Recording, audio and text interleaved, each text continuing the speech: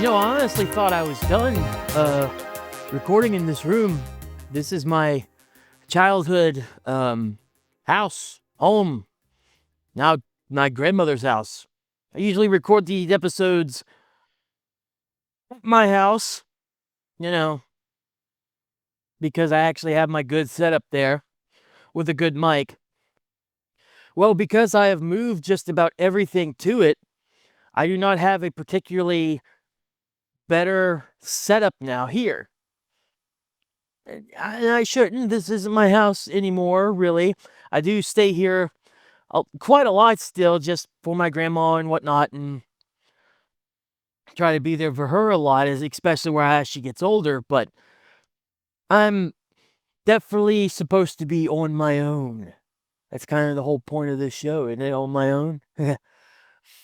Well, this morning I had to get up, and I wanted to go down to have a normal episode of the podcast. And what you know, snowed.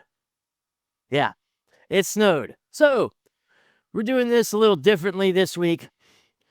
If this sounds anywhere funky, you might be wondering, where is the audio coming from for the show anyways? It's right there, right next to my face. So it's kind of interesting too. So it is kind of like a video game podcast because I'm using my video game headset. So it kind of makes sense. Because of that, I don't feel like I'm doing this particular episode justice, because this is supposed to be the Game Awards winter special.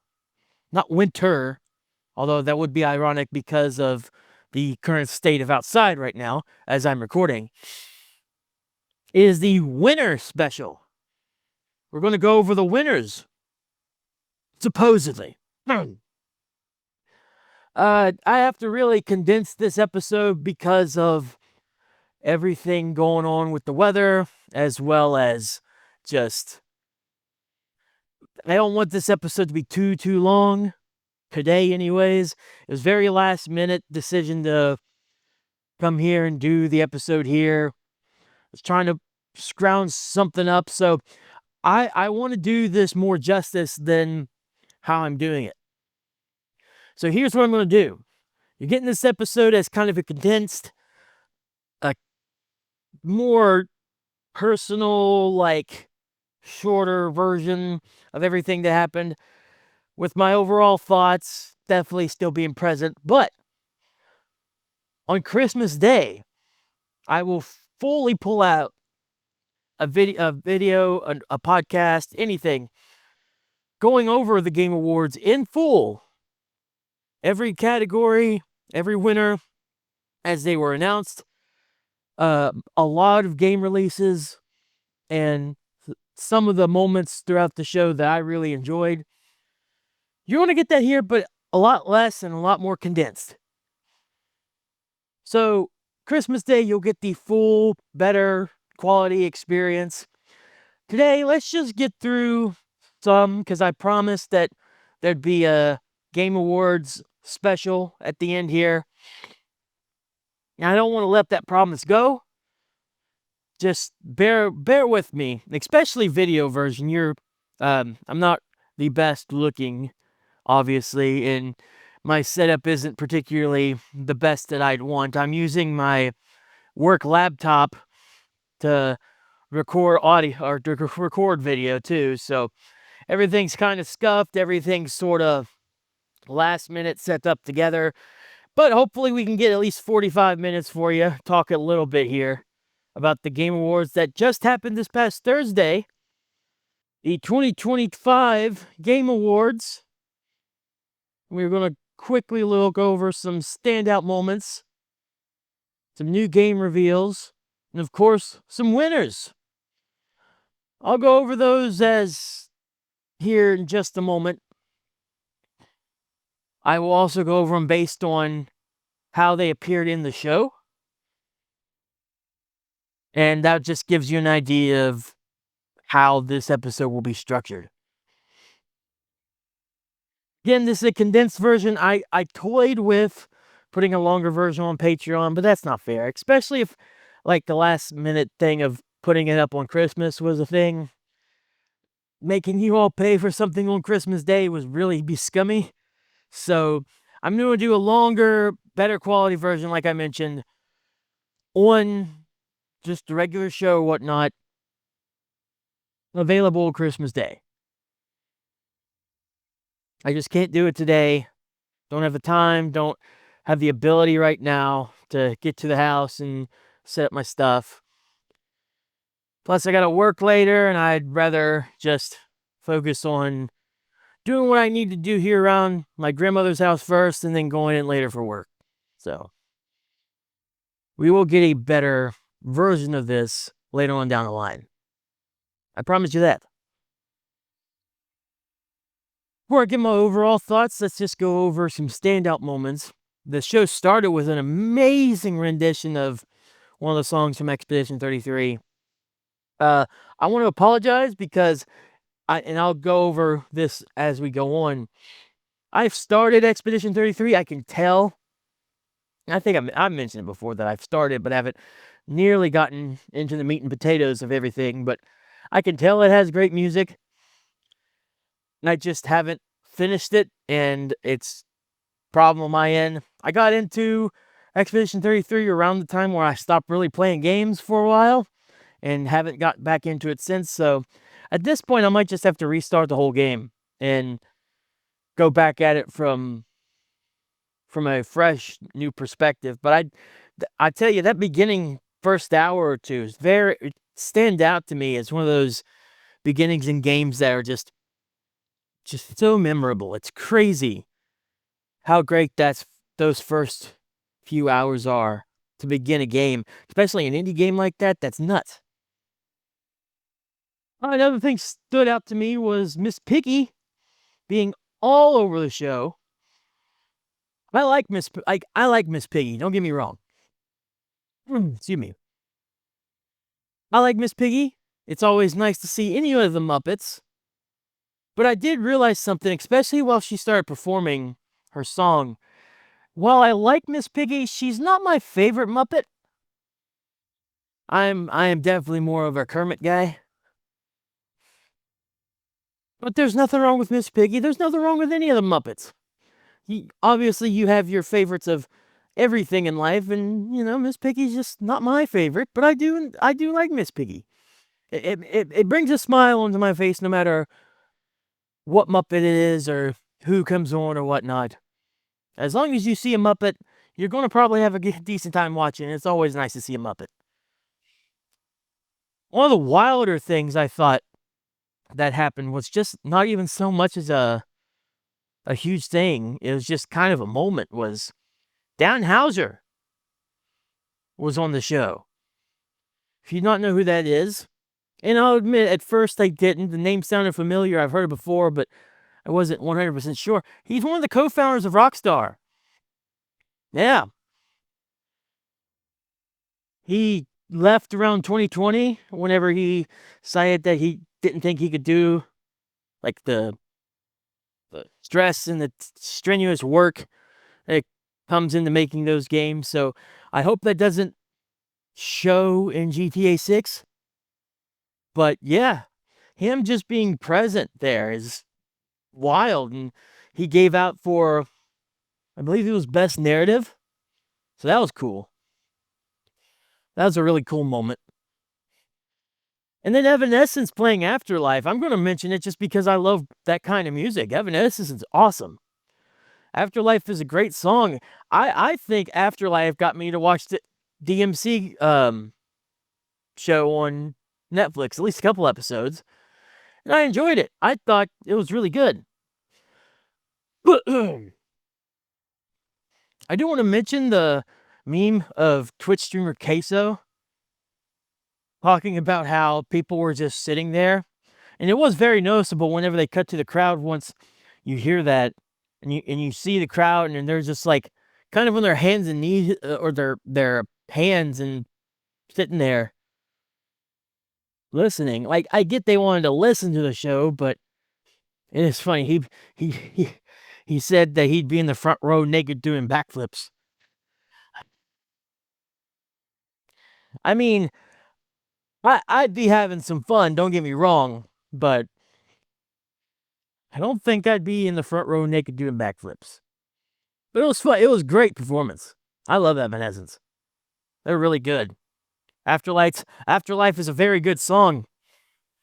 So that was some standout moments. I will talk more. I have more that I want to talk about, but like I said, I'll mention that in a longer, better quality version of the show on Christmas Day. So get prepared for that. Now, I want to look at just a couple of the new game reveals. I will say that not all of them were great. Like, there wasn't ones in particular that made me like go like, "Oh my god, I need to play that now." But I did have some eyebrow raisers, and I was fairly surprised. And and I think you'd be surprised at what I was surprised about. First game I want to mention is Bradley the Badger. It was like one of the first games, not even before the main show started. It was on the opening act. Uh, Bradley the Badger, I thought it was going to be a platformer, and it looks like there was platforming elements in, but it's classified as an action-adventure game. And it's got so many nods to different video games or whatnot. Not all those, as well as being a fun platforming type adventure game. Man, that sounds really familiar, huh? Astrobot. No, not even close. This one seems more adult and realistic, even though you are playing as a badger. A cartoon badger to boot. Evan Peters is Bradley? They mentioned the actor, so I had no idea who this was. I had to look it up. He's known for being in American Horror Story, a couple X-Men movies, and he was Quicksilver in Deadpool 2. I don't remember him in Deadpool 2, honestly. I don't remember Quicksilver, but it's been a while since I've seen Deadpool 2, and it didn't stick with me as much as the first Deadpool movie did. So, just because he's not memorable, in my opinion, for me, doesn't mean he's not for you. That's probably a really cool little factoid to know that Evan Peters is going to be Bradley. But for me, the things that I know of that he's been in, and then anything else is just I don't really care that much about. So I apologize, but eh, it is cool they got a lead actor though in different things like that to be their protagonist, to voice their protagonist.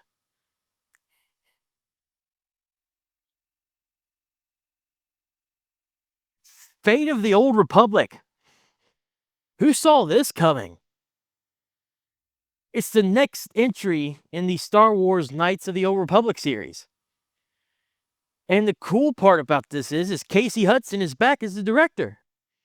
He was the one that directed the old games and whatnot.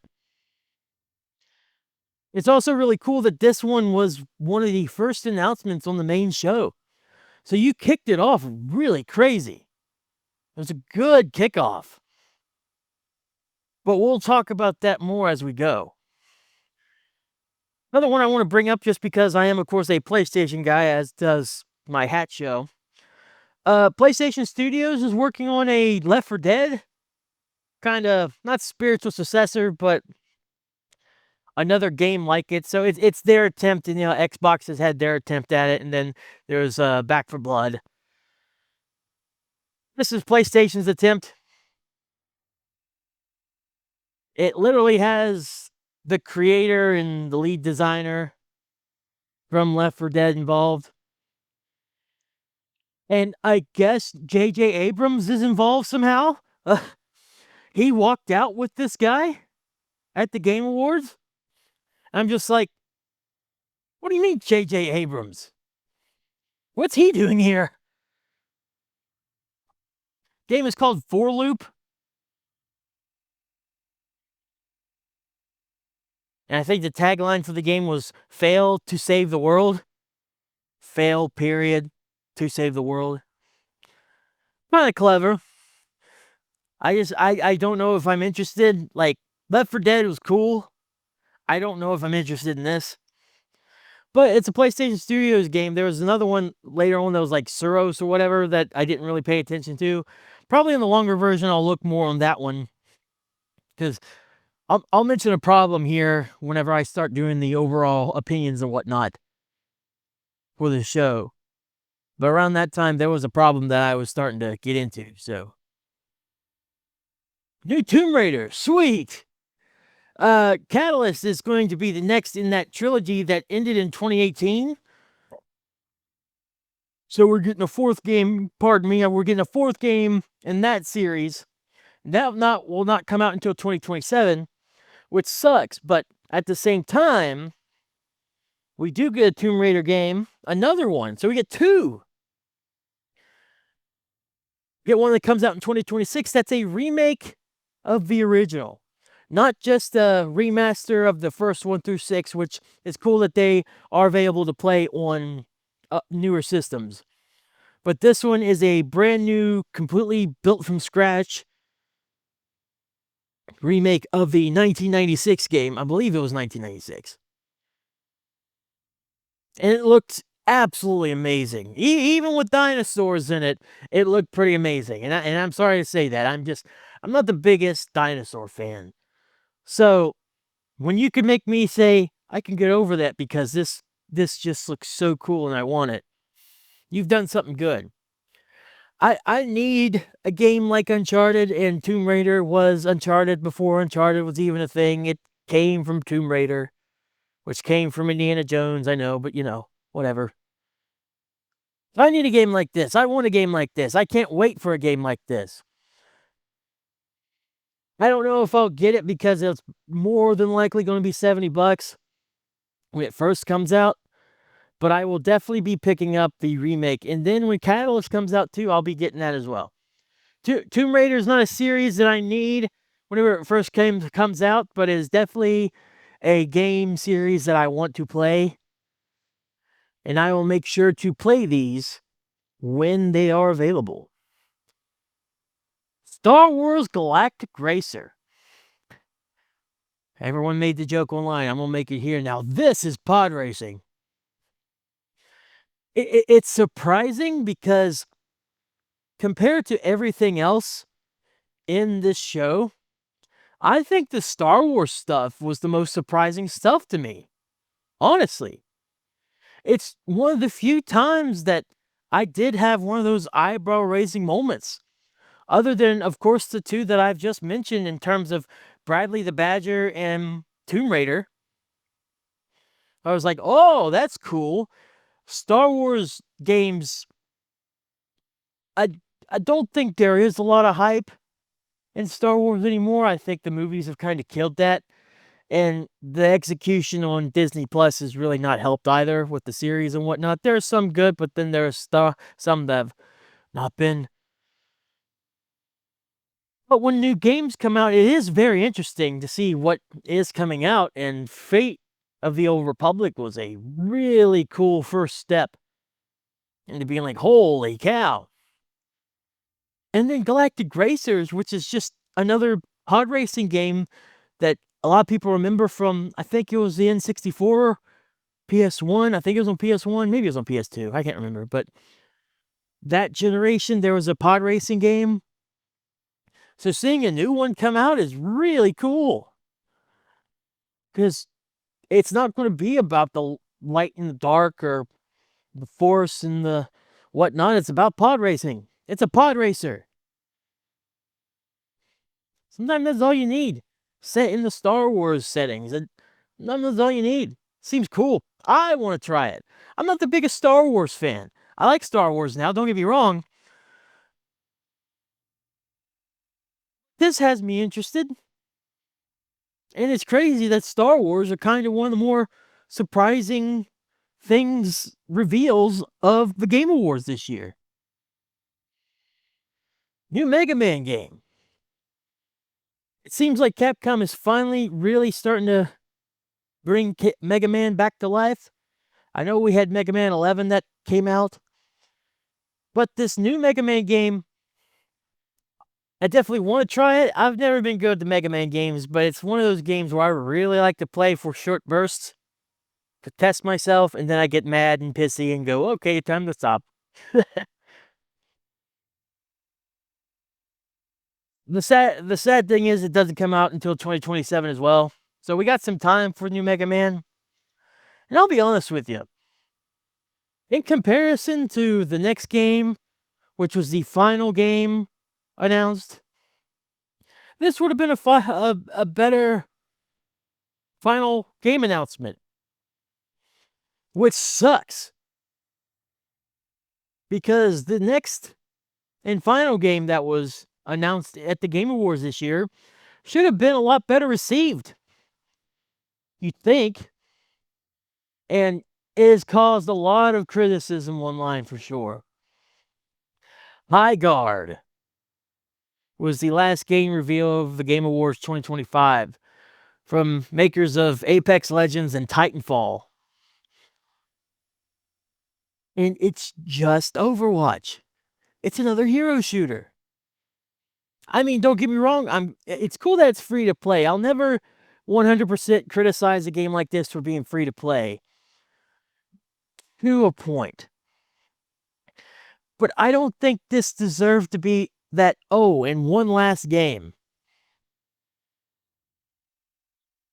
I mean, you couldn't have put Mega Man last, or there were other games that I didn't mention here that I'll go more into later on that you could have put in there. But you put this one in? How much did they pay you? Because that has to be what it is. They had to pay you to put this game last because as the final game of the night, it was so weak. This would have been perfect if it was announced like somewhere midway through the show.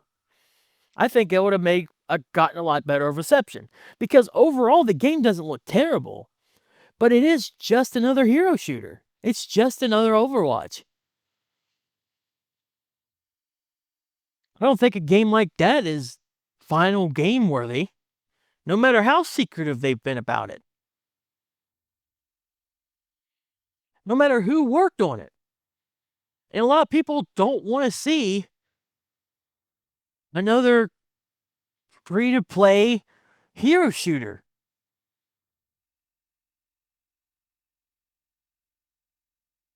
I'd love to get another story game like Titanfall 2 had. That's just not what they're interested in making, I suppose. Obviously, because Apex Legends has been something they've worked on. And now this, just more online garbage, in my opinion. But it's not inherently bad. I did call it garbage, but that's just my opinion of games like this. It doesn't look bad if you like those types of games. But I don't. This would have been fine, like I said, if this came out in the middle of the show and you ended it with something else. As the final game, though, you probably deserve the criticism you're getting for it. It was just weirdly placed.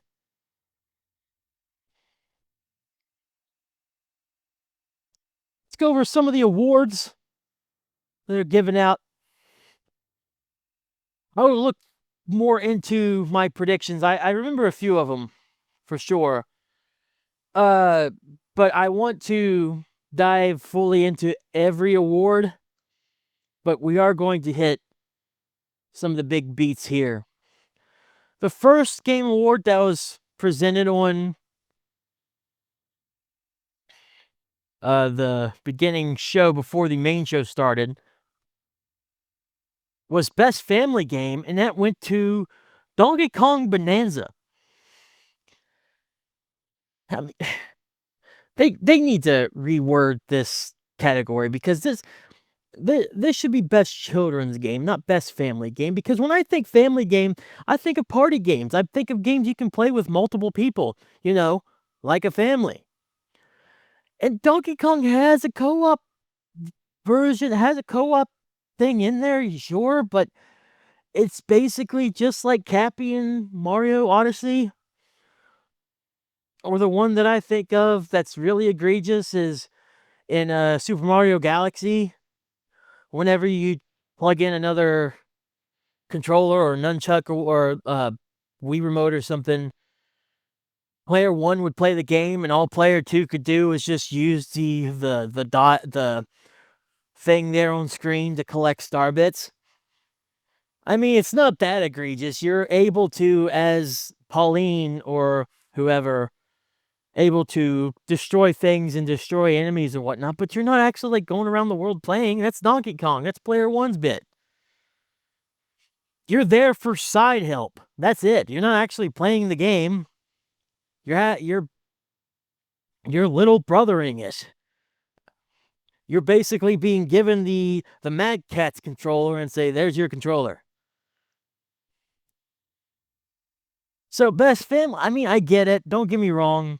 And again, I just think that this category should be changed to best children's game or something, because best family game, I feel, means more than just being able to play with the kid while you play the main game or something like that. I feel like that's actually supposed to be like a party type deal. You can play with the whole family, not, you know, because there were other games like that on that list, but it was still given to Donkey Kong Bonanza, which is fair because I don't think Donkey Kong Bonanza got enough credit this year, honestly. So I'm glad it won an award, and I figured it would win this anyways. I'm pretty sure I said that I figured it would win, even though I didn't want it, or I don't think I even predicted it to win, but I figured it would. So it wasn't surprising. When the main show started, it was actually best action game, Hades 2. And I was very happy because Hades deserved something in this, because we all knew it from even that pre-show bit, what was going to be the big winner. I think everyone knew, just didn't want to say. But Hades 2 being best action game, hey, at least they won something. They accomplished something cool. So I'm glad that they weren't ignored during this. I knew it. This one coming up. Best ongoing game is still No Man's Sky. Yeah. I mean, to this day, they're still putting out updates. There was a relatively big update this year for No Man's Sky. So that's not surprising one bit. And good on them. You talk about a huge comeback. They have to be the biggest comeback in gaming history, or one of them at least. This one's just hilarious. Best audio design is Battlefield 6. Oh, Black Ops 7, you weren't even nominated, and even though it was for audio design, Battlefield 6 can say, "Hey, we won a game award."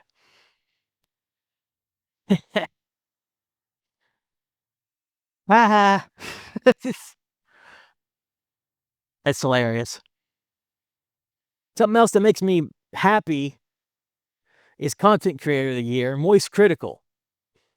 And I love that his first video after winning the Game Awards, or after winning the Game Award for Content Creator of the Year, was actually just not, was that actually him kind of ignoring it and not even talking about it. But it was about the Game Awards, but it was about the controversy at the Game Awards with that last game.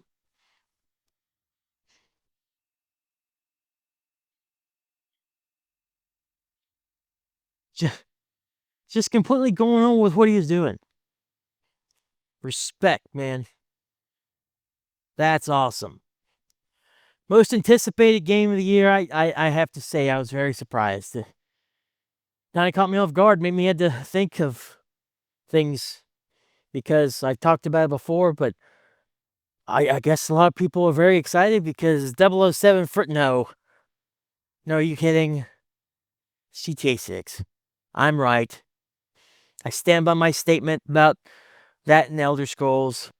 GTA 6 is the most hyped game of all time, bar none.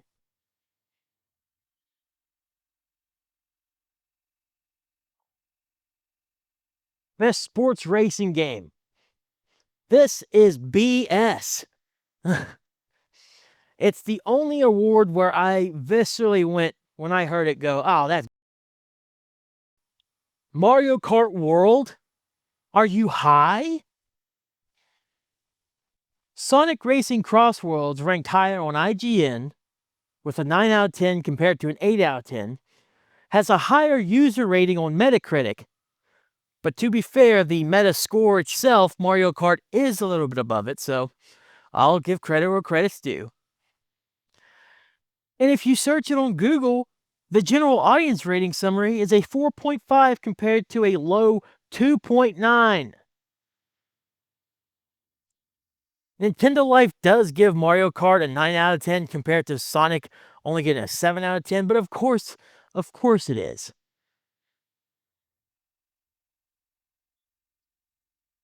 That's like an Xbox reviewer. It's like an Xbox game reviewer mostly. If Death Stranding came on, or cut that bit out.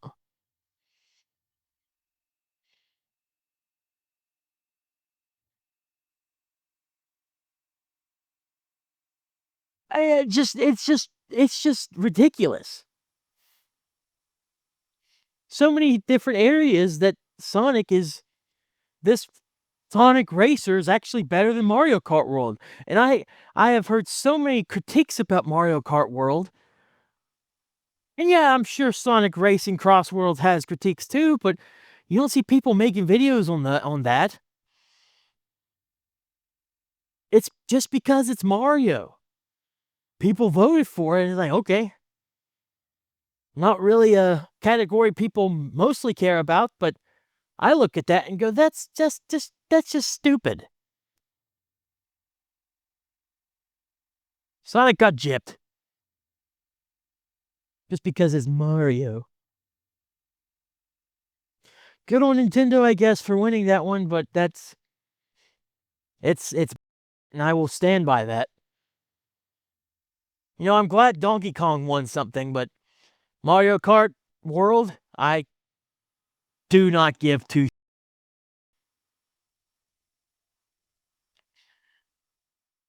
I skipped it for a little bit, but now I'm going to go back and kind of recap. So the first award, one of the first of the show, Best Independent Title, went to Expedition 33. And let me tell you, that was not their last. Go a little bit later in the show to Best Debut Indie Game. That was Expedition 33. By that point, that was their fourth award. Then you get to the main event. Game of the Year 2025 is Claire Obscure's Expedition 33. Huge. Huge. With that, they won 9 of the 11 different categories they were in. They were nominated for 12. In one category for the Best Actress, Voice Actress, or whatever, for Best Performance, excuse me. They were nominated twice, so that's where the 12th nomination comes in. But 11 out of 11 categories, they won 9. One of the categories of which they did not win was actually the one that Battlefield won. And you know what? I'm okay with them not winning that. It just makes that one even funnier to me. They are the winningest game at the Game Award, as well as the most nominated game with, like I mentioned, 12. Beating out The Last of Us Part 2. Honestly, well deserved.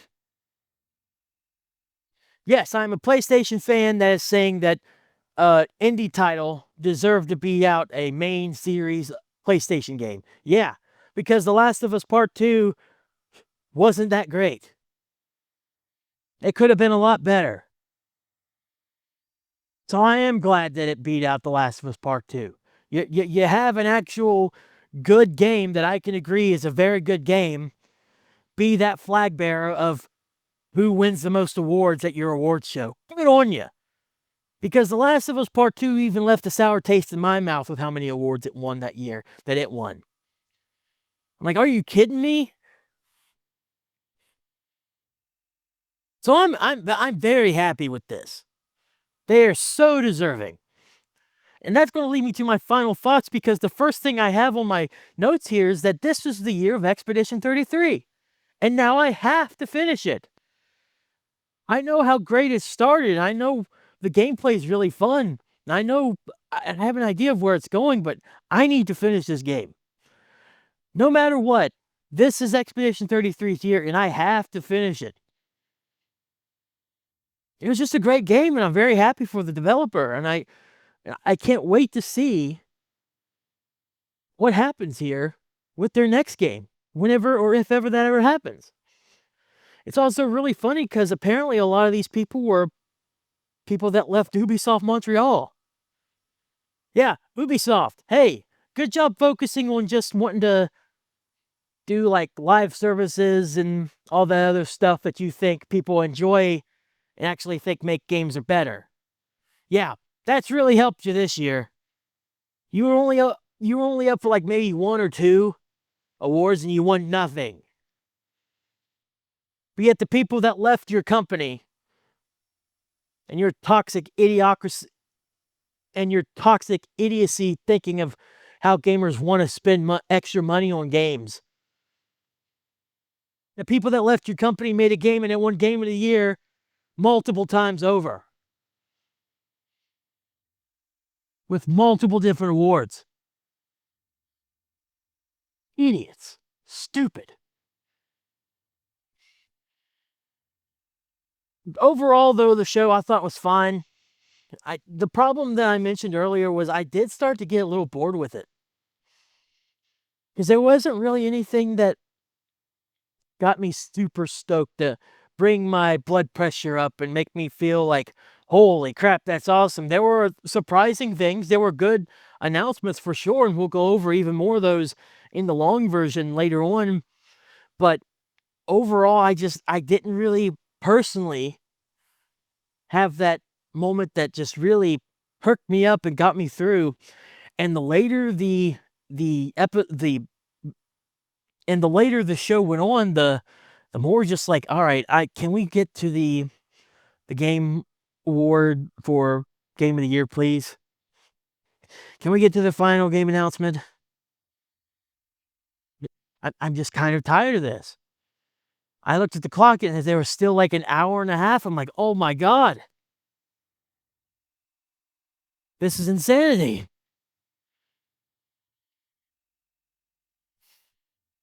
We also need to work on aligning when each games are announced better next year, because they had one hell of a beginning with Fate of the Old Republic. But Highguard being last still is just such a whimper, man. And of course, like, if you can't help it because you're getting paid to do it, I understand that for sure. But there has to be a way to better structure your game announcements. Because like I mentioned, Mega Man would have been a better final announcement compared to what Highguard ended up being. But I guess if you pay for it, you get it. It is what it is. Mentioned earlier, Star Wars. The 2 Star Wars games were the 2 biggest surprises to me. Tomb Raider wasn't a huge surprise. I knew there was a game probably going to be announced. I didn't realize there was going to be 2. So that was nice to know. And to end off the shorter version of my take, the less put together version today, it's still hilarious. And I'll emphasize that even more on Christmas Day. How Battlefield 6 ended up winning an award and Black Ops 7 did not. You know, I saw recently that Black Ops 7 is on sale for PlayStation for $35. You know, I have played Black Ops 7 a lot recently. I will say multiplayer is still relatively fun. but I only play it because Battlefield 6 isn't free on Game Pass. Call of Duty is. If it wasn't for being on Game Pass, I wouldn't touch this. And $35 seems like too much. It's not a Call of Duty game I would be putting in my PlayStation catalog, that's for sure. Physical or digital, I'm good. Like I said, I mean, I have had fun with it, playing it through Game Pass, but I can live without it if I didn't, and I'm going to lose Game Pass at the end of the month. My 3-month trial of Game Pass from getting a new computer ends at the end of the month, so I'm not going to have access to it anymore, which is fine. So whatever. But take that, Activision Blizzard. Get better. Do Call of Duty a little bit more justice. Which, to be fair, it hasn't had any justice done to it for many a years now, so asking for that is probably just insane at this point. But that was the condensed version of a look back at the 2025 Game Awards. Again, apologies for not doing a longer episode. Circumstances made me try to get something up today. Not the longest, not the greatest, but at least it's something to hold you off to next week when I can get back to doing some more news or more just overall talk in general. And like I mentioned, on Christmas Day, we will do a full look back at the Game Awards 2025, the winners, and all that stuff. We will look back at everything, most of the game announcements, and some of these standout moments. Because there were a few more moments, there were a lot more games I want to talk about, and I want to talk about all the winners. They all deserve it. But for now, where it just came out, I suggest you go watch the Game Awards 2025. The stream is still up. And see for yourself what you think about the show. I thought it was fine, like I said, but just got boring a little over halfway through, closer to the end. So thank you so much for joining me here. I will be back to my proper setup next week. I'm going to work with this audio. Hopefully it sounds good-ish right now. I'm going to work with it to make it sound better for both Spreaker listeners as well as Video MO viewers. I can't do anything about my background for Video MO. I guess I could have blurred it some, but